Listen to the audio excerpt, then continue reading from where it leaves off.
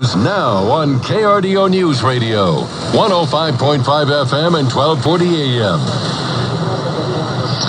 Josh Howe and Vince Greco back here at the Phil Long Dealership start line, and I'm here with a Pikes Peak Hill Climb racing legend in Randy Schranz. And Randy, of course, last year you hung it up. This time you're on the other side. How different does it feel not being behind the wheel here in 2015? Up to today, I felt fine. I think today I'll start thinking about it more, and I'll really miss it. But, working on the son Lane's car for the last couple of months kept me involved and kept me not thinking about not racing. So that part's been good. The butterflies are gone, though. Yeah, well, of course, you still worry about your son, but half the butterflies are gone. Randy, you're a racing legend up here on this mountain. I enjoyed watching you for many years race up to the summit here at Pikes Peak. During the break, we were talking a little bit about past history. Your first time up here to the mountain was in 1960, is that correct? Yes, 1960. I was 11 years old and came up here and watched, and I got hooked from that first time on, and I haven't missed a hill climb since 1960. Yeah, today, as Josh said, no butterflies, you're on the other side. Do you wish you were still behind the wheel? Well, sort of. But we decided 3 years ago, at 37 years running up here, that we was going to make it 40. And man, I had relatives come from all over the United States last year from the last race, and I feel kind of bad now if I change my mind. So we really sat on that 40 year, and that's what we held to. The car's ready to go. I feel like I can still be competitive, but it's time. Randy, 10 championships and your storied run here on America's Mountain. Is there any one that really stood out amongst the others? Well, it had to be the first one in 1972. It was his lifelong dream as a kid to be at a race, and then to win, basically my first race up here.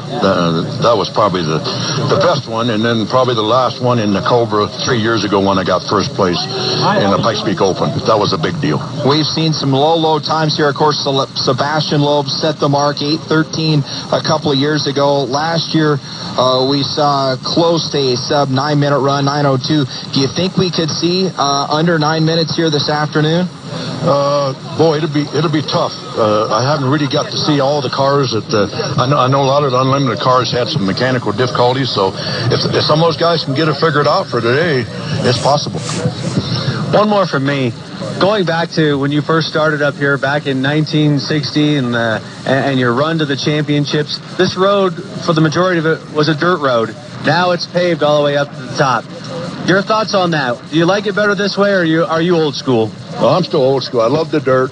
But surprisingly, I was always worried about being unsafe on asphalt. And that kind of became untrue. I actually feel safer on the asphalt than I did on the dirt, even though I still love to run the dirt. But the asphalt, if you do get in trouble and you got enough brakes in your car, you can usually get a stop. And on the dirt, I got in trouble a lot of times, and I couldn't get a stop. So that part's been better. Well, that is good to know. Hey, we wish your team the best of luck today and your run to the summit. Thank you for taking a few minutes to join us today. Thank you. Appreciate it. Thanks so much. That's Randy Schranz. And Randy, certainly a class act, and one of the reasons why this sport is what it is, this race is what it is. And, this race has drawn guys like Randy for years and years down the road.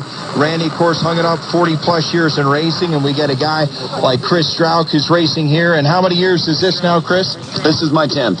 10th year, and you've obviously been running this course quite a bit. How's the course looked from your standpoint behind the wheel? I think the course is really good. I like the bottom section, the middle section. The top's a little rough from the weather, but, I think it's going to be a good race today. They talked about some water near Glen Cove. How will that affect drivers today in that area as you guys navigate those tight turns? Well, I'm hoping that it's just a little runoff coming across the road. We'll get the tires through it, get it burnt off real quick, and get back to getting some grip.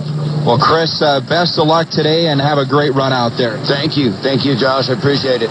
That's Chris Strauch, and we have the helicopter Vince flying overhead, and it looks like we're getting closer and closer to officially opening up this highway. Yeah, it is. Some of the pace cars getting set here. As you said, the helicopter's flying over with the video, the electronics. We're about 5 minutes to the road handoff, and this race will be one step closer to fruition in another beautiful running of the Pikes Peak International Hill Climb. We're going to step aside. You're listening to Flag to Flag coverage of the Broadmoor Pikes Peak International.